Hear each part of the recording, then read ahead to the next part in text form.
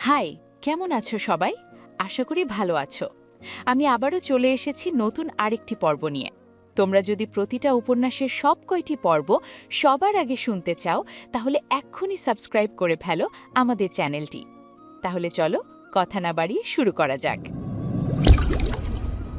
সৃজন আবার জড়িয়ে ধরে। পাগলি একটা, কে বলেছে তুই নিজের হাতে খেতে পারবি না, নিজের পায়ে হাঁটতে পারবি না? আমি তোকে সুস্থ করব, তোকে সুস্থ করার জন্য যা যা করতে হয় সব করব, তবুও শান্ত হ।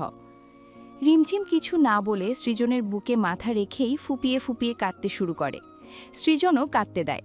কাঁদুক, প্রাণ খুলে কাঁদুক, এতে মনটা হালকা হবে।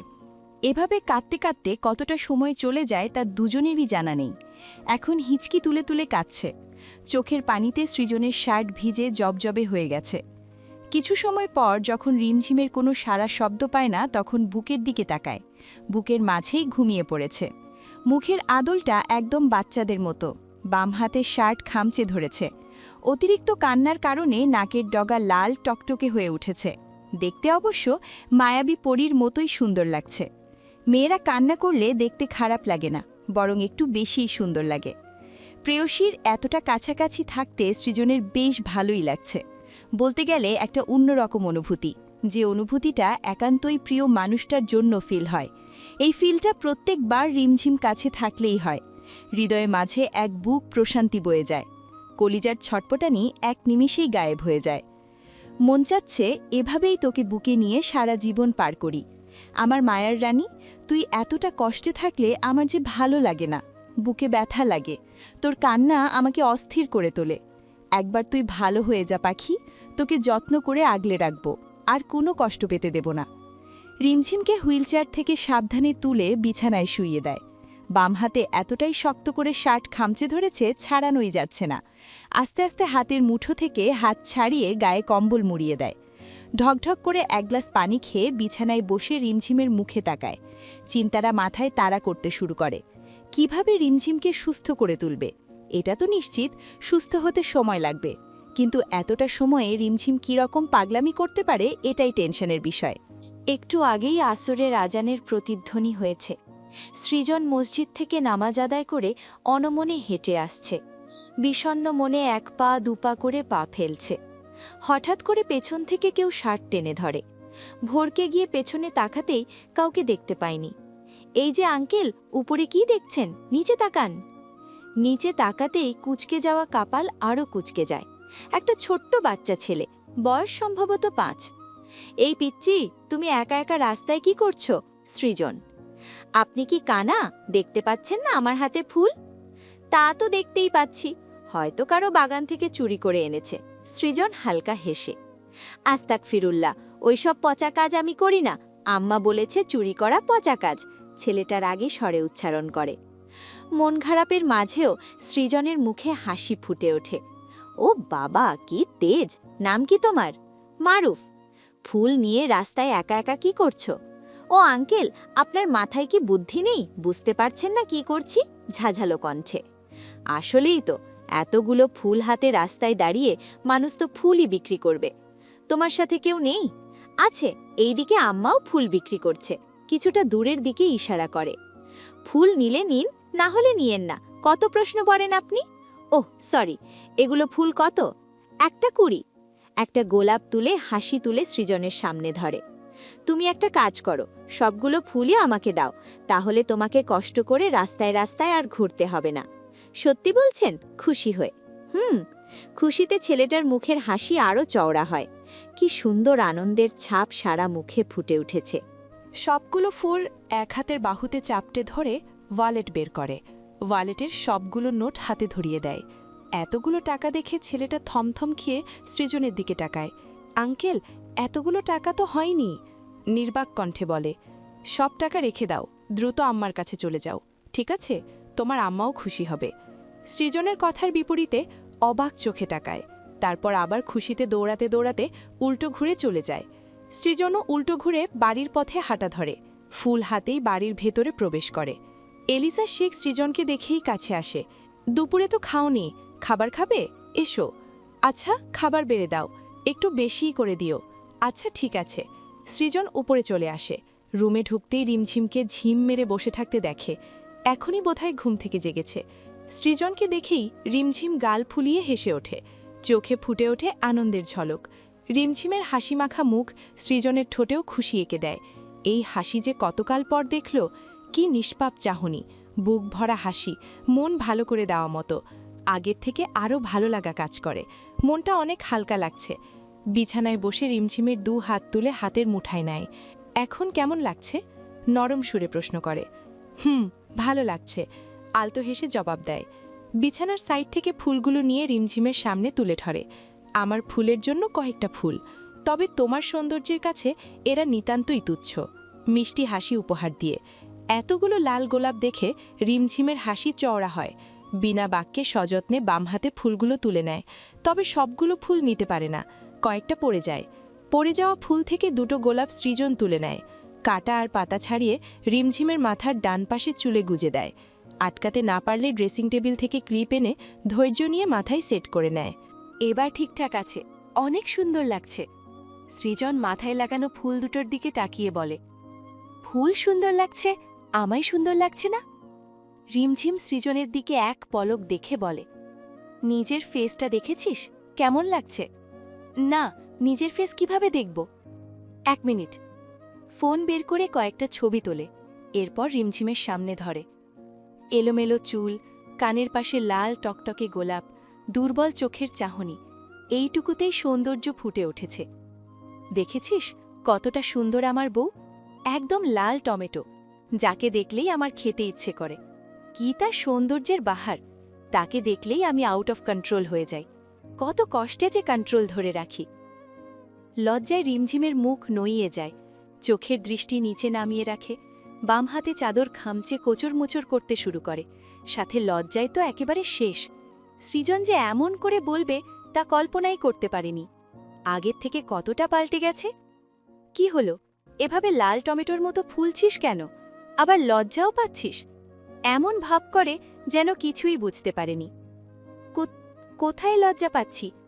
মুখ তুলে থেমে থেমে বলে, ফুলতে ফুলতে এত সুন্দর লাল টমেটো হয়েছিস, এখন তো মন যাচ্ছে তোকেই খেয়ে ফেলি। এতে আমাদের পরিবারও সম্পন্ন হয়ে যাবে। কি বলিস, শুরু করব? ঠোঁট কামড়ে ধরে হেসে বলে। কথাটা বুঝতেই এবার আরও বেশি লজ্জা পায়। মাথা ঘুরিয়ে অন্যদিকে তাকায়। হায় মাবুদ, ওনার কি মাথার সমস্যা হলো? কি লজ্জাটাই না দিচ্ছে মনে মনে। সৃজন ভূতের মতো রিমঝিমের সামনে আসে, চমকে গিয়ে একটু পেছনে ঝুঁকে যায়। সৃজন একটু একটু করে ঝুঁকলে রিমঝিম পেছাতে চেষ্টা করে। কি হলো পাখি, এমন ভয় পাচ্ছিস কেন? তাহলে শুরু করা যাক। সৃজন এগোতে এগোতেই বলে। না না, রিমঝিম ভয়ে চোখ বন্ধ করে নেয়। বেশ কিছু সময় যাওয়ার পরও সৃজনের কোনো সাড়া শব্দ পায় না, তাই চোখ খুলে তাকায়। কিন্তু সৃজন তো রুমে নেই। কোথায় গেল উনি? নেই এতে স্বস্তির শ্বাস ফেলে। ভালোই হয়েছে নেই, উনি থাকলে আরও লজ্জা লজ্জা লাগবে। একটু পর খাবার হাতে সৃজন রুমে প্রবেশ করে। টেবিলের উপর পানির জগ রেখে রিমঝিমের সামনে বসে। এক মুহূর্তেই আমাকে মিস করছিলে বুঝি? সৃজন। রিমঝিম। হাঁ কর, খাইয়ে দিচ্ছি, দ্রুত খেয়ে নে। সৃজন ভাত মেখে রিমঝিমকে খাওয়াতে শুরু করে। রিমঝিমও বিনা বাক্যে খেতে শুরু করে। মুখটা এমন করে রেখেছিস কেন? একটু আগেই তো হাসছিলি। আদর করিনি বলে মন খারাপ করেছিস? শয়তানি মার্কা হাসি দিয়ে রিমঝিম চট করে মাথা তুলে সৃজনের দিকে অদ্ভুত চাহনিতে তাকায়। আমার কোনো সমস্যা নেই তোকে আদর করতে, সমস্যা তো তোরই। কাছে গেলেই কাপাকাপি শুরু করে দেশ। এমনিতেই আবার ঘুমের মাঝে আমাকে ছাড়িস না, শুধু শর্ট খামচে ধরে থাকিস। পারলে আমার কলিজায় ঢুকতে চাস, চেতন থাকলে আবার কাছে আসতে দেশ না। আমি আর খাবো না। রিমঝিম। আদর খাবি না নাকি ভাত? সৃজন তৎক্ষণাৎ প্রশ্ন তোলে। এবার রিমঝিমের মেজাজ খারাপ হয়ে যায়। আশ্চর্য মানুষ, দিনে কতবার আদর করেন, খেতে খেতে এখন বলবো আর খেতে ইচ্ছে করছে না।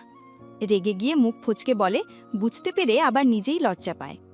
সৃজন নিঃশব্দে ঠোঁট চেপে হাসে। আচ্ছা বল, তোর দিনে কতবার আদর লাগবে? আচ্ছা বাদ দিন, আমি ভাত খাবো না বলেছি, এখন পানি দিন। থেমে থেমে কোনো রকমে বলে। রিমঝিমকে পানি খাইয়ে মেডিসিন খাওয়ায়।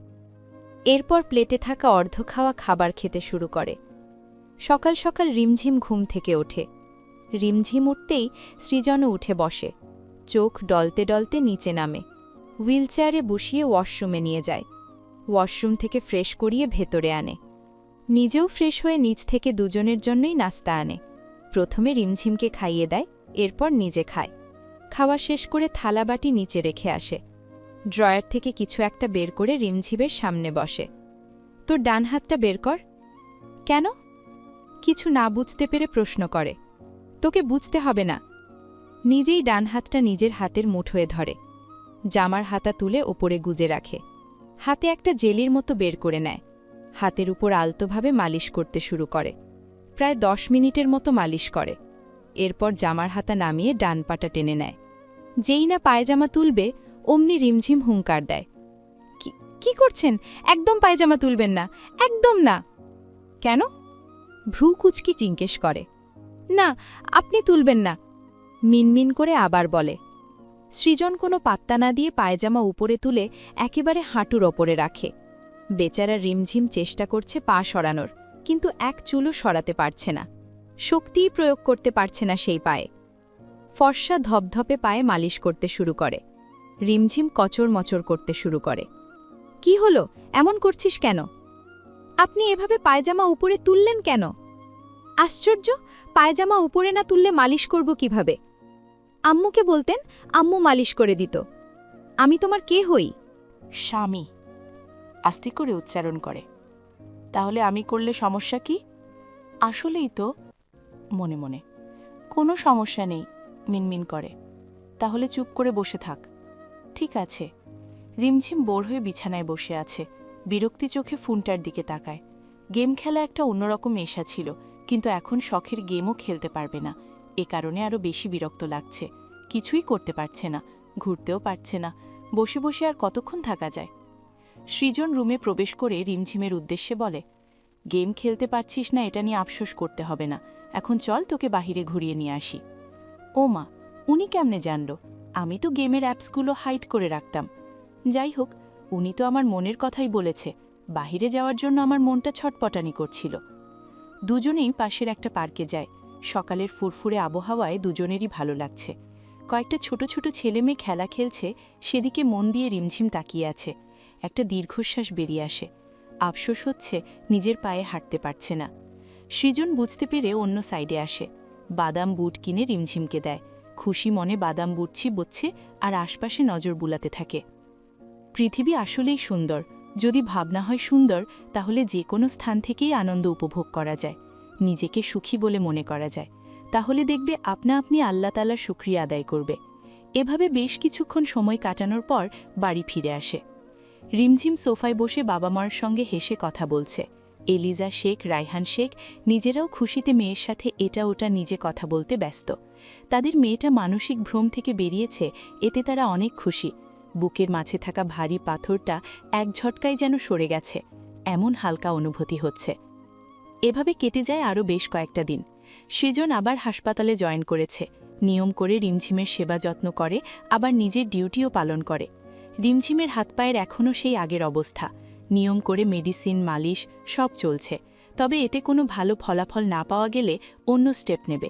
কি করবে সেটা রিমঝিমের কন্ডিশনের উপর নির্ভর করছে। রাতের খাওয়া দাওয়া সেরে সৃজন রিমঝিম শুয়ে পড়ে। ঘুমের ওষুধ দেওয়ার জন্য রিম অনেক আগেই ঘুমিয়ে গেছে, কিন্তু সৃজনের চোখে ঘুম আসছে না। রিমঝিমকে আলতো হাতে জড়িয়ে ধরে ঘুমানোর ব্যর্থ চেষ্টা করে। রাত প্রায় ৩টে। কারো কান্নার শব্দে সৃজনের ঘুম হালকা হয়ে আসে। ধরফর করে উঠে বসে।